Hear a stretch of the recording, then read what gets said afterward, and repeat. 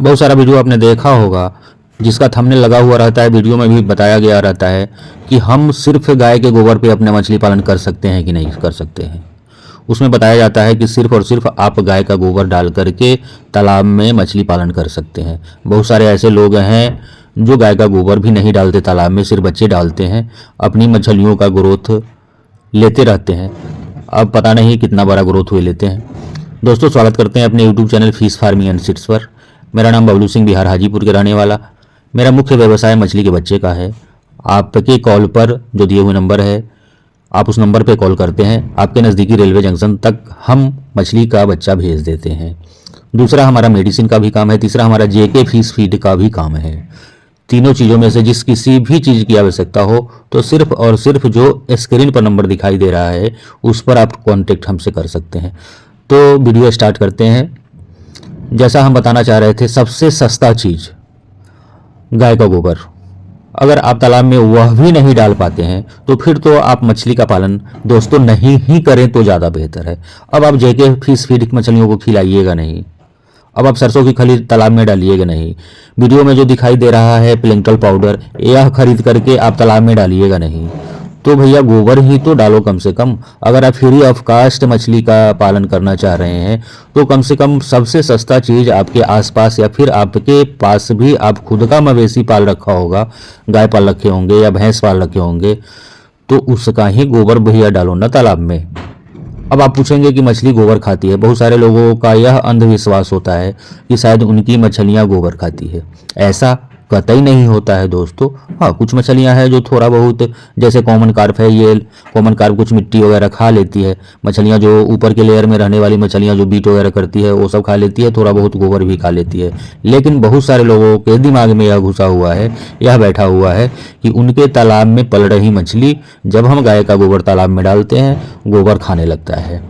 तो कुछ तो ऐसे किसान हैं जो ट्रॉली के ट्रॉली भर करके गोबर ले जाते हैं और एक जगह दो जगह, एक ट्रॉली एक जगह डंप कर देते हैं तालाब में, एक ट्रॉली दूसरे जगह डंप कर देते हैं। और बहुत सारे ऐसे लोग हैं जो सिर्फ बच्चा ही डालते हैं तालाब में, आशा हुए करते हैं, यह अंदाज़ा लगाकर बैठ जाते हैं हाथ पर हाथ रख करके कि 1.5 साल के बाद हम तालाब पर जाएंगे, शायद हमारी मछलियाँ तब तक 1.5 kg साइज़ की हो गई होगी। ऐसा कतई नहीं होता है दोस्तों। जब तक आप मछली पालन व्यवसाय में कुछ लगाएंगे नहीं, एक तो सबसे बड़ा दिक्कत है कि आप लोग अनट्रेंड हैं, आप लोगों को कुछ भी जानकारी नहीं है। अब आप लोगों का ही कॉल आता है, आप पूछते हैं कि अगर हम मांगुर पाल लिए तो कैसे रेट बिकेगा। अब कोई गाजियाबाद से हमसे बात कर रहा है, हम बिहार हाजीपुर के रहने वाले हैं, गाजियाबाद में कैसे मांगुर बिक रहा है, आप पहले अपने मार्केट को तलाश कर लीजिए। उसके अकॉर्डिंग आपके मार्केट में वह मछली किस रेट में जा रही है वो आप वहाँ अपना मार्केट तलाश करिए। आपके मार्केट में कितना डिमांड है, कौन मछली का ज़्यादा डिमांड है, आप उसके अनुसार मछली पालिए। हमसे पूछिएगा तो हम अपने लोकल का बात बताएंगे या फिर जनरल कैटेगरी का जो मछली है उसके बारे में हम बताएंगे। आपके यहाँ जो भी मछली है आपको पता होना चाहिए कि हमारे मार्केट में कितना % रोहू का मार्केट है, कितना कतला का, या फिर रूपचंदा का क्या मार्केट है, या फिर पंगास का क्या मार्केट है, किस रेट में निकल रहा है। तो ये सारी जानकारी आपको रखना होगा। तो यह टॉपिक था हमारा गाय के गोबर के लिए। तालाब में जब भी आपको गाय का गोबर डालते हैं तो एक जगह डंप नहीं करना है। बहुत सारे लोगों का यह भी सवाल आता है कि हम ताजी ताजी गोबर डालें या सालों पुरानी गोबर डालें। उसके लिए हम बताना चाहेंगे कि आप ताजी गोबर डालेंगे, उसको गोबर को किसी टब में ले करके घोर करके और पूरे तालाब में आपको छिड़काव करना है। और वैसे नहीं करना है छिड़काव। अब बहुत सारे लोग तो सीधे के सीधे डंप कर देते हैं, तो उनके लिए तो ज़्यादा बेहतर है कि वे ड्रम में घोल करके तालाब में छिड़काव करें। और उससे भी बेहतर तरीका है कि उसको गोबर को सरा करके, और न सिर्फ गोबर, अब जब हम लागत लगाने की बात आते हैं तो थोड़ा डिटेल में भी हम बता देते हैं। गाय के गोबर के साथ साथ आपको सरसों की खली डालना चाहिए, उसमें SSP डालना चाहिए, उसमें यूरिया डालना चाहिए। ये तो हो गया। उसके बाद आपको ईस्ट पाउडर आता है वो डालना चाहिए, मिनरल मिक्सचर आता है वो डालना चाहिए। 1 सप्ताह सबको घोल करके छोड़ देना चाहिए ड्रम में और 1 सप्ताह सड़ने देना चाहिए। उसके बाद आपको पूरे तालाब में ब्रॉडकास्ट कराना चाहिए, यानी छिड़काव कराना चाहिए। इन जो भी मिक्सचर आपका तैयार हो गया है फर्मेंटेशन का, प्लैंक्टन बनाने का, तो जैसा हम बता रहे थे गोबर मछली खाती नहीं है, तो आखिर होता क्या है? गोबर सरा करके डालने से वह जो मछलियों का सर्वोत्तम भोजन है प्लैंक्टन, फाइटोप्लैंक्टन हो, कुछ मछलियाँ फाइटोप्लैंक्टन खाती है, कुछ मछलियाँ जू प्लैंकटन खाती है, कुछ मछलियाँ दोनों खाती है। तो जब आपके तालाब में फाइटोप्लैंकटन जू प्लैंकटन दोनों का निर्माण होगा तो स्वाभाविक है कि आपकी मछली ग्रोथ करेगी, बेहतर ढंग से ग्रोथ करेगी।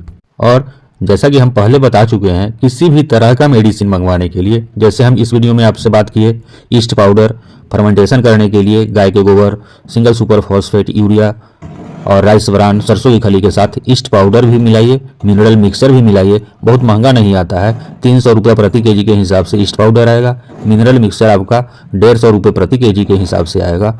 मंगवाने के लिए दिए हुए नंबर पे, जो आपके मोबाइल के स्क्रीन पे दिखाई दे रहा है, उस नंबर पे आप कॉल करेंगे, आपकी हमसे बात होगी, आप पेमेंट करेंगे, हम मेडिसिन आपके यहाँ तक, जैसे बच्चे भेजते हैं और लोगों को भी मेडिसिन भेजते हैं, उस तरह से आपको मेडिसिन भेज देंगे। परंतु यह सारी प्रक्रिया आपको फरवरी महीने के बाद करना है, जब आकाश में बादल हो, ठंडी के दिन में कुहासा लगा हो, यानी धूप नहीं निकलता हो, तो इस तरह का फर्मेंटेशन आपको नहीं करना है।